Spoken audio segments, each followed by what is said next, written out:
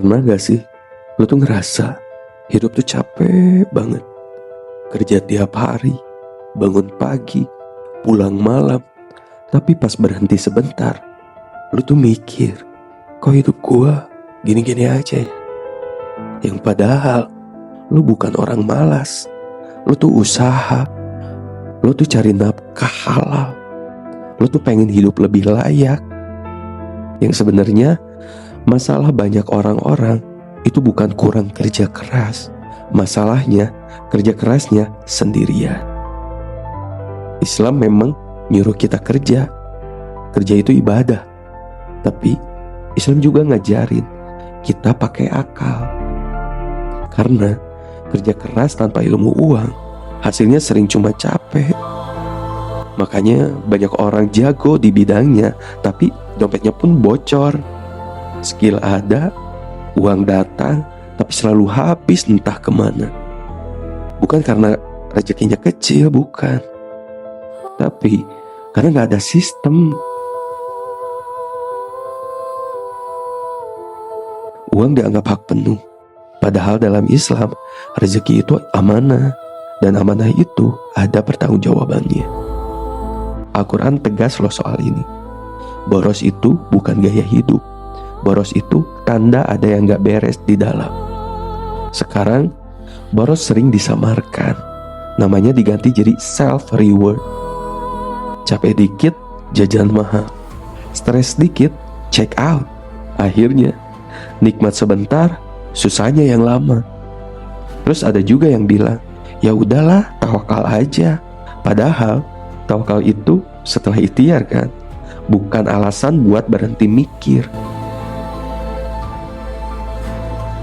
Terus ada juga jualan sepi, tapi gak pernah evaluasi, gak belajar, gak ubah cara, terus bilang belum rezeki.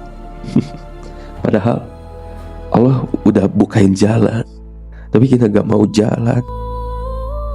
Islam itu adil, niat harus lurus, cara juga harus benar dong. Niat baik tanpa ilmu sering bikin orang baik salah arah.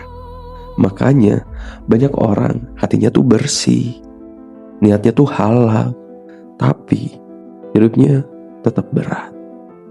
Karena cara ngelola rezekinya gak pernah dipelajari. Kita juga sering ketipu sama kata sibuk, bangga lembur, bangga capek, bangga gak punya waktu. Yang padahal sibuk itu belum tentu produktif. Dalam Islam, waktu itu amanah. Kalau umur jalan terus tapi hidup gak naik level, itu bukan nasib, itu tanda harus evaluasi. Terus ada penyakit halus yang jarang disadari, yaitu gengsi. Islam ngajarin zuhud, bukan miskin. Zuhud itu bukan anti harta, tapi gak diperbudak gaya hidup. Banyak orang jatuh bukan karena penghasilan kecil, bukan, tapi karena maksa kelihatan besar. Cicilan jalan, mentalnya yang roboh. Padahal hidup sederhana tapi tenang itu jauh lebih mulia daripada kelihatan sukses tapi rapuh. Terus ada yang bilang, orang kaya mah udah nasib. Gak sepenuhnya benar dong. Islam ngajarin rezeki itu luas, tapi harus dijemput dengan ilmu. Yang bikin beda bukan hoki, tapi paham arus uang. Makanya pedagang kecil yang ngerti muter barang sering lebih stabil daripada gaji gede tapi bocor. Dan jangan lupa satu hal penting nih, rezeki sering datang lewat manusia. Karena silaturahmi itu bukan basa-basi, itu jalur rezeki. Yang nutup diri sering tanpa sadar nutup pintu rezekinya sendiri. Ya, walaupun masih diberi rezeki.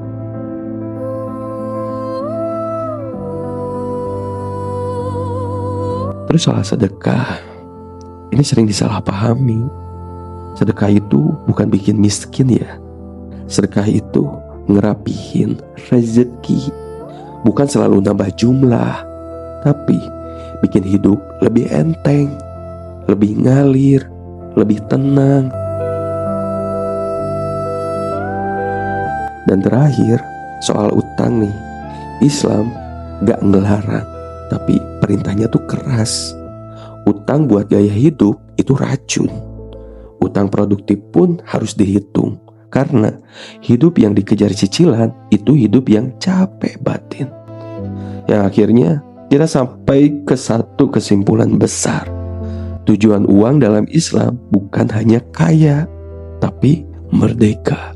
Merdeka dari panik tiap akhir bulan, merdeka dari takut besok, merdeka buat ibadah, nafkah, dan bantu orang lain. Jadi kalau hari ini hidup masih berat, bukan berarti Allah tuh gak sayang, enggak. Mungkin Allah lagi ngajarin.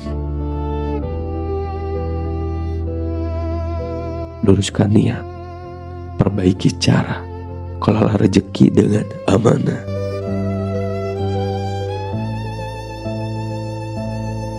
Kerja keras jalan, ilmu keuangan dipelajari, hidup sederhana dijaga, sedekah jalan, utang dikontrol. Sisanya serahin ke Allah. Karena rezeki yang berkah itu bukan yang paling besar, tapi yang paling bikin tenang. Hidup itu bukan tentang seberapa keras kita ngejar rezeki, tapi seberapa benar kita ngejalanin dan ngelola rezeki yang Allah titipin. Karena kerja keras tanpa ilmu bikin capek doang. Niat baik tanpa cara yang benar bisa nyasar. Dan uang yang gak dijaga malah jadi sumber stres. Sementara rezeki yang dikelola dengan amanah bikin hidup lebih tenang, lebih tertata, dan bikin kita merdeka buat ibadah, nafkah, dan bermanfaat buat orang lain. Wassalamualaikum warahmatullahi wabarakatuh.